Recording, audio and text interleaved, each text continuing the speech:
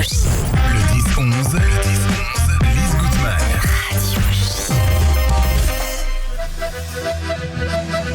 Radio J, le rendez-vous d'actualité juive. Laurent Cohen-Coudard, Alexis Lacroix, Laurent Cohen-Coudard, bonjour. Bonjour Lise. Bonjour. Alors, merci d'être avec nous pour ce nouveau numéro. Je rappelle que pour soutenir Actualité Juive, c'est important. Si on veut que ça continue, on s'abonne. actualitéjuive.com. Alors, ce numéro du 7, daté du 7 décembre, évoque en fait une forme de course contre la montre. Laurent. Oui, tout à fait.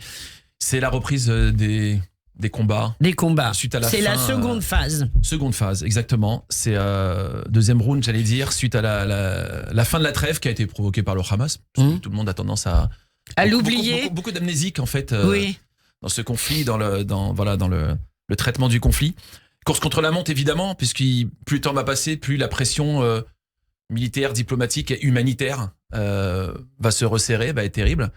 Course contre la montre aussi parce qu'il y a toujours 137 otages et que ça fait partie de... Et ça aussi on l'oublie. On l'oublie. Enfin beaucoup. Nous on l'oublie pas. Mais beaucoup l'oublient. Oui. Ça a été mis de côté un petit peu par beaucoup, y compris d'ailleurs puisqu'on parlait d'humanitaire, on en parle dans le journal de la Croix-Rouge, puisqu'on a titré un article carton rouge pour la Croix-Rouge.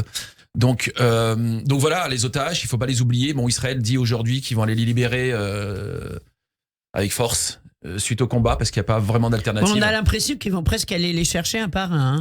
Amen. Quand on écoute ce qui se passe. Amen. On signe pour ça, mais c'est vrai que le temps va passer. On l'avait évoqué avec l'hiver qui arrive, avec des conditions un petit peu qui vont devenir désastreuses, et avec encore une fois voilà la pression diplomatique, tous les pays qui sont derrière qui veulent un cessez-le-feu. Ouais. Sauf pour Israël, il est absolument hors de question de cesser le feu. Il faut juste que notre pays vive en sécurité. Mais oui, bien sûr.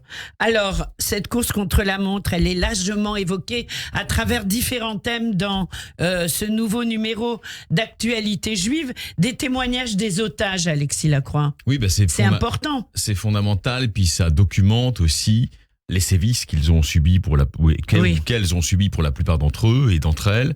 Et puis aussi, si vous voulez, le fait que nous n'avons pas affaire, contrairement à ce que répète une partie de la gauche européenne qui décidément n'a rien compris et rien appris, nous n'avons pas ne veut rien apprendre. Voilà, nous n'avons pas affaire à un mouvement de résistance un peu extrémisé ou juste radicalisé ou un peu énervé, mais à une organisation qui est de part en part djihadiste et dont l'objectif, effectivement, est d'assassiner le plus de juifs possible en terre d'Israël ou hors de la terre d'Israël d'ailleurs. Donc c'est à ce titre, évidemment, que les témoignages, au-delà évidemment de l'aspect humain et très émouvant, sont importants.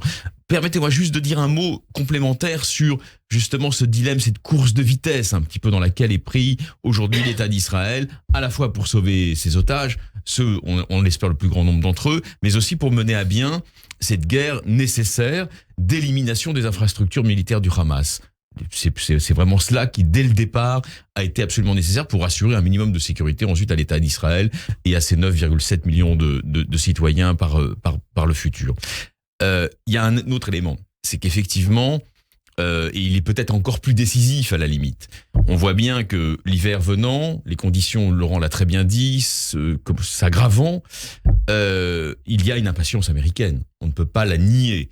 L'impatience américaine provient d'enjeux domestiques, mais provient aussi d'enjeux internationaux. C'est que les Américains, qu'on le veuille ou non, continuent à faire de la réelle politique. Ça ne veut pas dire qu'ils retirent leur soutien à l'État juif. C'est très nuancé. Mais ils continuent à faire de la réelle politique. Et donc, ils tiennent compte aussi de la température globale de l'opinion mondiale. Oui. Or, la température globale de l'opinion mondiale, c'est un fait. On peut le regretter, évidemment, je suis le premier à le regretter, mais désapprouve très largement l'intervention, pourtant si nécessaire, de Tsahal dans la bande de Gaza. Et alors qu'est-ce qu'il faut faire, justement, Alexis Lacroix ? Si vous voulez, là, on y revient toujours. Oui. On voit bien qu'il y a deux visions de l'après. Il y a une vision israélienne qui a sa pleine légitimité, mais là nous sommes dans l'analyse, qui est on va continuer à occuper la bande de Gaza parce que c'est le seul moyen de faire en sorte qu'on ne sera plus, que nos localités, Ashkelon ou Sderot, ne seront plus attaquées directement par le Hamas et nos civils, menacés directement dans leur intégrité physique. Et puis il y a une vision américaine qui est fondé sur l'idée de remettre sur pied l'autorité palestinienne de façon à ce qu'elle exerce un mandat de gouvernance sur Gaza. Vous voyez bien que ce sont deux visions, Bien sûr. pas forcément totalement opposées, mais qui pour l'instant ne peuvent pas vraiment converger. Mais bien sûr. Alors, un article en l'honneur d'Henry Kissinger, un hommage à ce grand stratège qui peut-être doit, comme on dit entre guillemets, se retourner dans sa tombe en voyant ce qui se passe. Oui, mais alors Lui justement, qui avait tellement investi. c'est un formidable article de Steve Nadjar qui Oui. connaît bien la pensée de Kissinger. Kissinger, il est très intéressant, mais Oui. par exemple, à titre personnel, là, je vous parle en mon nom, je ne partage pas tout. C'est-à-dire, c'est une vision de l'Amérique qui doit exercer une centralité, Oui. mais au prix d'alliances entre guillemets pourries, pardonnez-moi l'expression. Hein, c'est-à-dire, on sait très bien que Kissinger a favorisé partout où c'était possible, dans un autre contexte naturellement, qui était le contexte de la guerre froide, des forces qui aujourd'hui se retournent contre nous, contre les grandes démocraties occidentales et notamment contre Israël. C'était dans la tactique, si vous voulez, de Kissinger. Et puis alors, il y a quand même une deuxième ombre au tableau, même si c'était un grand homme, la Chine. Vous voyez, il a énormément misé, dans un très beau livre d'ailleurs, On China, sur l'alliance chinoise. Les premiers à lâcher aujourd'hui les Israéliens sont les Chinois. Ça devrait Bien quand sûr. même faire réfléchir tous ces, entre guillemets, réalistes. Oui, tout à fait. Alors, également, donc, dans ce numéro important d'actualité juive, Laurent Cohen-Coudard, un hommage national pour nos otages bientôt. Un gros point d'interrogation. Il y a Oui. beaucoup de points d'interrogation dès qu'il s'agit de la France. Élie et de Macron. Corsia est monté au créneau, je Oui, crois. oui, tout à fait. Oui, plusieurs montent au créneau. Élie Corsia est monté au créneau, effectivement. Vous vous rappelez, il y a quelques semaines, vous nous parliez de la visite de Macron en Israël, vous nous demandiez notre avis. Alors, c'est une perspective. Oui, bien avec sûr. un point d'interrogation. Mais effectivement, on a répondu le fameux en même temps. Donc, en fonction de là où il se trouve, c'est le caméléon. C'est ça. Et en Vous fait, êtes aujourd'hui, dur. on a. Oh, mais Mais c'est vrai, quelque je suis part. pas dur, je suis très factuel. Oui, oui. Aujourd'hui, c'est même plus une projection en imaginant ce que peut faire ou dire Macron. On est en plein dedans, ça fait 2 mois maintenant. On est le 7 d'ailleurs, entre Oui. parenthèses, donc ça fait 2 mois jour pour jour donc, que l'horreur a commencé. Et en fait, il gagne du temps en disant qu'il voudrait savoir le nombre exact. Il gagne du temps, on a également évoqué il y a 2-3 semaines la pression de la rue arabe, qui est absolument présente en France aujourd'hui. Et je pense qu'aujourd'hui, il ne peut pas se prononcer, s'avancer. On le voit dans d'autres domaines avec des hommages, par exemple, avec des hommages qui sont annulés pour Thomas, c'est ça, par exemple, parce qu'on a une crainte de ce que peut penser en face. Enfin, de ce que peut penser et surtout de la violence que ça peut engendrer. Très rapidement, en contrepoint de ce que vient de dire si justement. Il aime pas quand je suis comme ça avec Macron. Donc, Non, mais il a raison. C'est le en même tentisme illisible aujourd'hui Exponentiel, et difficilement compréhensible d'ailleurs pour Bien beaucoup de sûr. Français juifs, par ailleurs.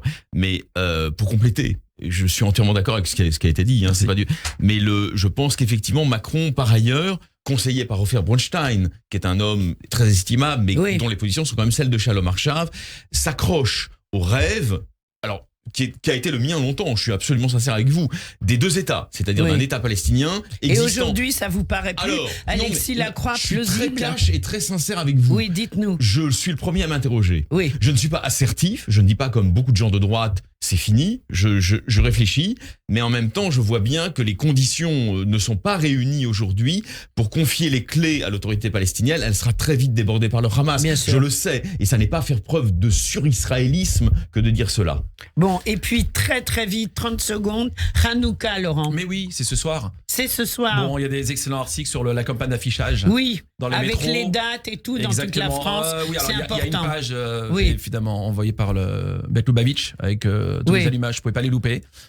Et et donc voilà, les allumages publics également sur lesquels nous revenons avec le débat que ça peut provoquer de savoir si dans le contexte actuel il faut le faire est-ce ou que pas. c'est risqué ou pas. C'est la Alors, responsabilité de chacun en tous les Libre cas. arbitre. Actualité juive donne les infos et c'est ça qui est important. On continue. C'était important de finir sur Or Teshuva, hein, une belle note.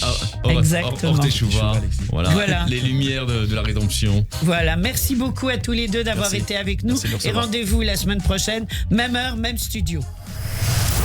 Radio J. Radio J. Le 10-11. Lise Gutmann.